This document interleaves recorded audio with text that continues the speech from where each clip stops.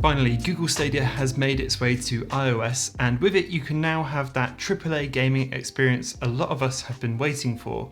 More exciting for me though, as a fan of gaming on the iPad in general, was that I could now play these games on my iPad and not be limited to the App Store to get my iPad gaming fix.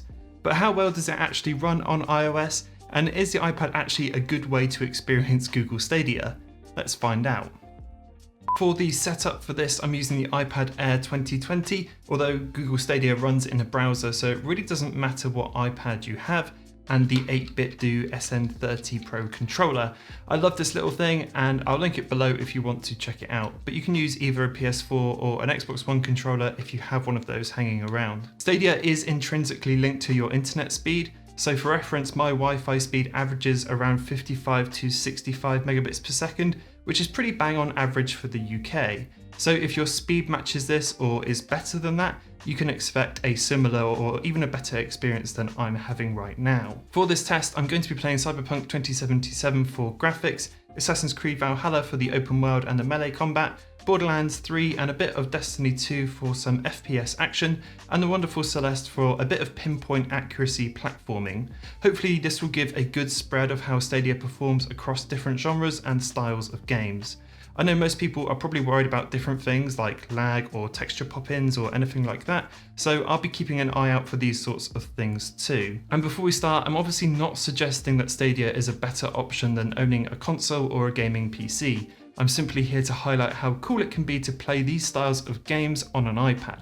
Oh, and if you're a fan of iPad content in general, be sure to subscribe to the channel for more videos like this one. Let's get into it. I'm going to start with Cyberpunk because it definitely felt like the game to bring all of Stadia's promises to life. After a really awful launch on console with bad frame rates, pop-in graphics and terrible bugs, Stadia was actually sitting really pretty with a rather excellent streamed experience. Quick loading screens, great frame rates, and a wonderfully neon-doused graphical wonderland to explore.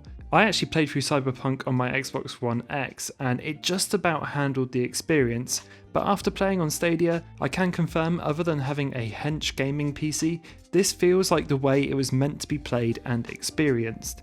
And obviously playing it on an iPad just elevates that promise that Stadia brought. Playing such a demanding AAA game on any device you have really is awesome. I haven't got too far back into it, but the frame rate really does stay steady and the graphics are truly something to behold. And other than the tiny loading screens when entering different parts of Night City, there hasn't been any texture pop-in or strange graphical glitches. Combat holds up well too, and this was often really terrible on my Xbox, but here it feels like a dream in comparison. I really think if there was ever a poster child for Stadia, Cyberpunk 2077 is it. More than anything, I played Assassin's Creed Valhalla to show off the vast open world, but honestly, at certain points, the graphics on this game are stunning. Simply roaming England's countryside is a joy in itself because it's so beautiful. They've done an incredible job here. Stadia handles this style of game well too. The loading times seem good, although I don't have a PS5 or an Xbox Series X to compare it to. There's no texture pop-in, and the combat feels great. I've noticed the quality drops sometimes on here though, and while it hasn't interrupted gameplay, it definitely dips in resolution in line with your connection. The best way for me to describe it is like when YouTube buffers a video and it looks awful for a few seconds and then it goes back to normal. However, I do think that's a Stadia thing and not tied to this game in particular. I've just noticed it a lot more on here. Regardless of that, melee combat feels good, and even when there's a lot of fighting going on or just a lot of people on screen, Stadia holds up well. It's another great experience overall on here, although I must admit, both this and Cyberpunk are begging to be played on a much bigger screen than the iPad, so hook it up to a TV if you can for sure. Moving over to more fast-paced shooters now, starting with Borderlands 3. I actually haven't played any Borderlands games since the first one, so I was actually quite excited to jump into the third in the series. Again though, Stadia handles this like an absolute champ, and it could be because the graphics are perhaps a little less full on than Cyberpunk or Assassin's Creed, but I didn't notice any form of lag and there were no resolution dips that I noticed either. Even when things got more chaotic on screen, there was no hints of slowdown or any stuttering or glitching. It genuinely felt like playing a normal game on a console or PC. which is good. As I wasn't playing competitively though at all on Borderlands, I also booted up my old Destiny 2 save and jumped into the Crucible, and other than getting completely crushed from leaving the game for over 2 years, it played just as well as I'd remembered it. I've got enough experience in FPS games to know when lag becomes an issue when playing online, and I didn't experience any that I would consider bad enough outside of normal levels that you're used to. Although I do think this, even more so, is tied to your internet speed. Overall though, everything felt fair and the gunplay was just as good as I remember playing on PC or Xbox. I do wish there were more titles to test this out on, but the Stadia game library for these types of games is, well, slim to say the least. For a more simplish game, I tried out Celeste, and if you haven't tried it before, I really recommend it. It's a fantastic little platformer that's similar in vein to Super Meat Boy. So that means it's a simple side scroller on the surface that quickly turns into a rock solid challenge early on. It's also got a pretty engaging story which is really nice to go along with it. In a way, this is possibly the least taxing on the software and stream as a whole, as it's not rendering much compared to the other games. However, it does make up for it when it comes to needing to be a lag-free experience.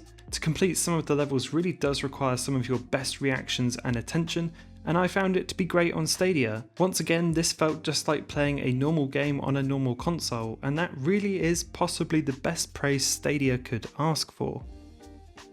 Okay, so the overall experience has been good, and I highlighted this in my previous iPad videos, but one of the worst traits of the iPad is still sadly here. If you plug the iPad into an external monitor or a TV of any kind, you're stuck with the aspect ratio of the iPad, so expect to see black bars on either side of your screen. It's especially notable when you're playing massive games like Cyberpunk or Assassin's Creed, because the world is so vast and seeing it cut off at either side is just a little jarring. In simpler titles, it's not so bad, and after a good while of playing it did fade into the distance, but it's still a shame it can't be solved. Also, the iPad doesn't turn its screen off when connected either, which is also a bit of a shame. That aside, the overall experience of Stadia on the iPad is really great, as long as your internet connection is up to it. I've had some excellent experiences over the period of this test, and after telling myself I wasn't going to get back into a big game after smashing through Cyberpunk, I'm already looking forward to popping Assassin's Creed back on. Stadia definitely shines brightest when you're playing these more massive and taxing titles. Not having the crazy update downloads or install times means you can enjoy these huge titles more quickly, and I really appreciate that. And because Stadia is just running in a browser window too, it's not taxing on the iPad at all. So if you're planning on having this connected to an external monitor or a TV, there's actually no difference in what it's displaying. Unlike when you're playing a more complex title that runs on the iPad Air itself, which does result in some lag when connected to a TV, which I noticed in my iPad Air gaming test video from a few months ago. So after all this praise for Stadia and my very clear enjoyment of it all, this would be the part of the video where I'd usually recommend it to all of you, yet I'm actually quite hesitant to do so, and that's mainly thanks to this article from The Verge, which claims the writing is on the wall for Stadia, and after reading through this and the press release from Phil Harrison, the Vice President of Google Stadia, I actually think they might be right. Google are shuttering their own personal games development studios, and Harrison's language in that press release hints heavily at the importance of partners for the future of Stadia. There is little to no mention of gamers in there or anything to put Stadia customers' minds at rest, other than saying they're not closing it down completely. Yikes. I don't want to put too much weight on that because things can always turn around, but it's a worthwhile piece of news that any Stadia fan should be aware of. Anyway, that rounds up this video. If you enjoyed it, be sure to subscribe to the channel. It helps me out massively and it means I can keep making videos like this one. Pop a like on the way out too, that would be massive, and I'll see you all in the next one.